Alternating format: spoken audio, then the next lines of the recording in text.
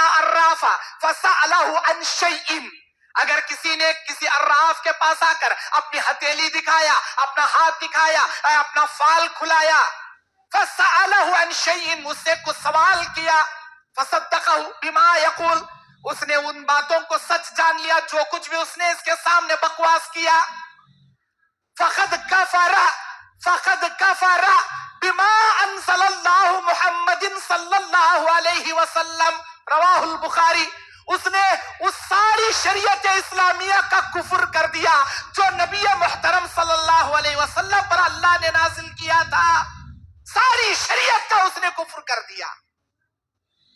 فال کھولنے کا طریقہ بالکل غلط ہی نہیں، کفریہ طریقہ ہے۔ آپ کو فال کھلا کر بھی اپنی پریشانیوں کا حل نہیں تلاش کرنا چاہیے۔ اب اور کیا کرنا چاہیے؟ جب جادو نہیں کرانا، فال نہیں کھلانا، تو پھر کیا کرنا چاہیے؟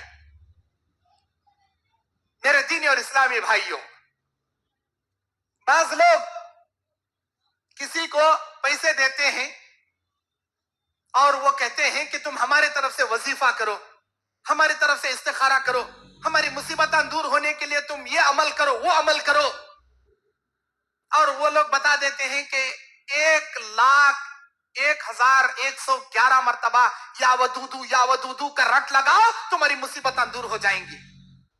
روزی رزق سے پریشان ہو، اول آخر مرتبہ 11 مرتبہ درود پڑھو، بیچ میں 1,170 پر ایک مرتبہ یا رزاقو یا متینو یا رزاقو یا متینو کو ریٹ لگاؤ، تمہاری روزی روٹی میں برکت آ جائے گی۔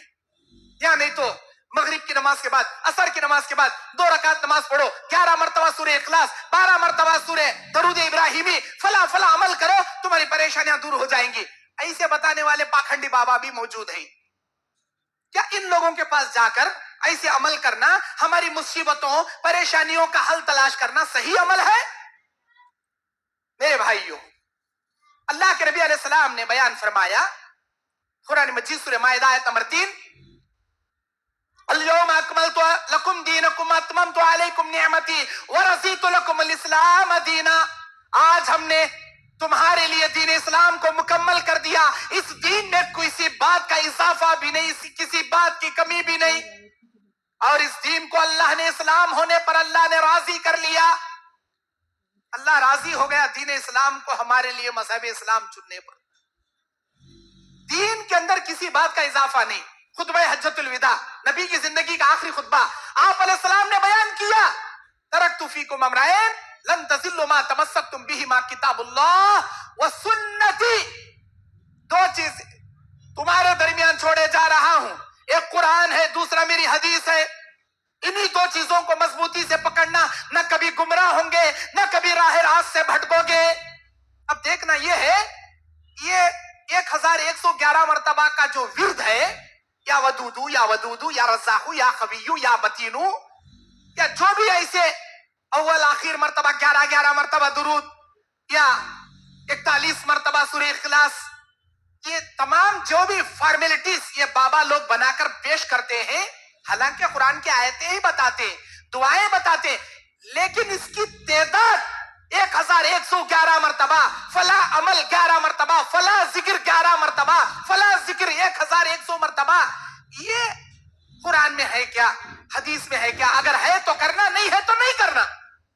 کیوں؟ اس لیے کہ نبی کریم صلی اللہ علیہ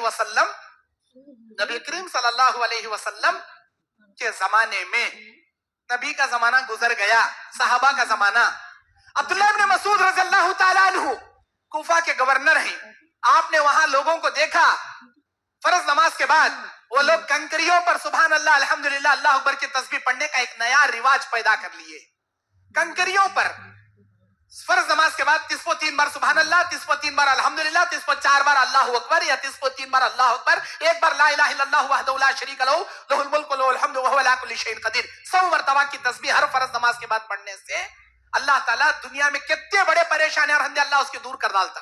یہ صحیح حدیث ہے۔ اب یہ اللہ کے نبی نے ہم کو سکھایا ہے، اپنی انگلیوں کے پوروں پر پڑھ کر بتایا ہے، انگلیوں کے پروں پر پڑھو، اس لیے کہ یہ انگلیاں قیامت کے دن، یہ ہاتھ تمہارے ساتھ رہے گا، یہ انگلیاں تمہارے ساتھ رہیں گی، اللہ کے سامنے گواہی پیش کریں گی. یا اللہ اس نے میرے اوپر تیرا ذکر کیا، گواہی پیش کریں گی. تم کو تعویذ پر، منکوں پر سبحان اللہ بول کے من کے ڈھکلنا یہ جائز نہیں ہے، کیونکہ تمہارا تعویذ قیامت کے دن تمہارے ساتھ نہیں آئے گا. انگلیاں رہیں گی، انگلیوں پر پڑھو.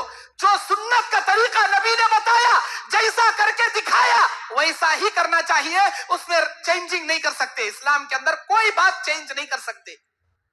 کوفہ کے اندر امام صاحب سبحان اللہ 100 کنکریاں لیتے تھے، سبحان اللہ انہوں ایک کنکری ڈالے تو سارے مسلح سبحان اللہ کنکری نیچے ڈالتے تھے. سبحان اللہ الحمدللہ الحمدللہ اللہ اکبر اللہ، انہوں ایک کنکری ڈالے سارے لوگ کنکریاں ڈالے. گویا کہ پوری مسجد ٹپ ٹپ ٹپ ٹپ ٹپ ٹپ ٹپ کنکریوں کی آواز سے چٹ چٹ چٹ چٹ پوری گونجتی تھی. اب یہ نیا رواج بدعت، عبداللہ بن مسعود نے ان کو روکا، نہیں مانے.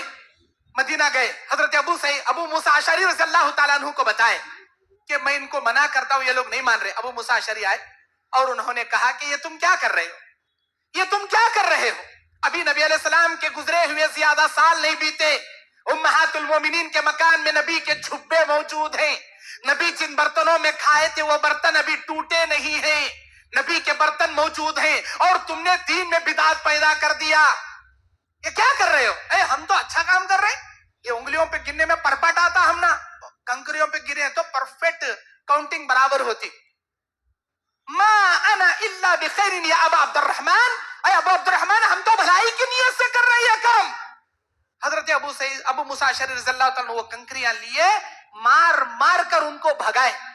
جو طریقہ نبی نے بتایا وہ کرنا، ویسا کرنا، اس میں چینجنگ کرے. بدعت ہے اسلام میں، اور ایسی بدعت کی اجازت ہم نہیں دیتے. نکلو یہاں سے. مار مار کو بھگائے کنکریاں لے کے. پتا یہ چلا اسلام کے طریقے سے ہم ہٹ کر کوئی کام نہیں کر سکتے.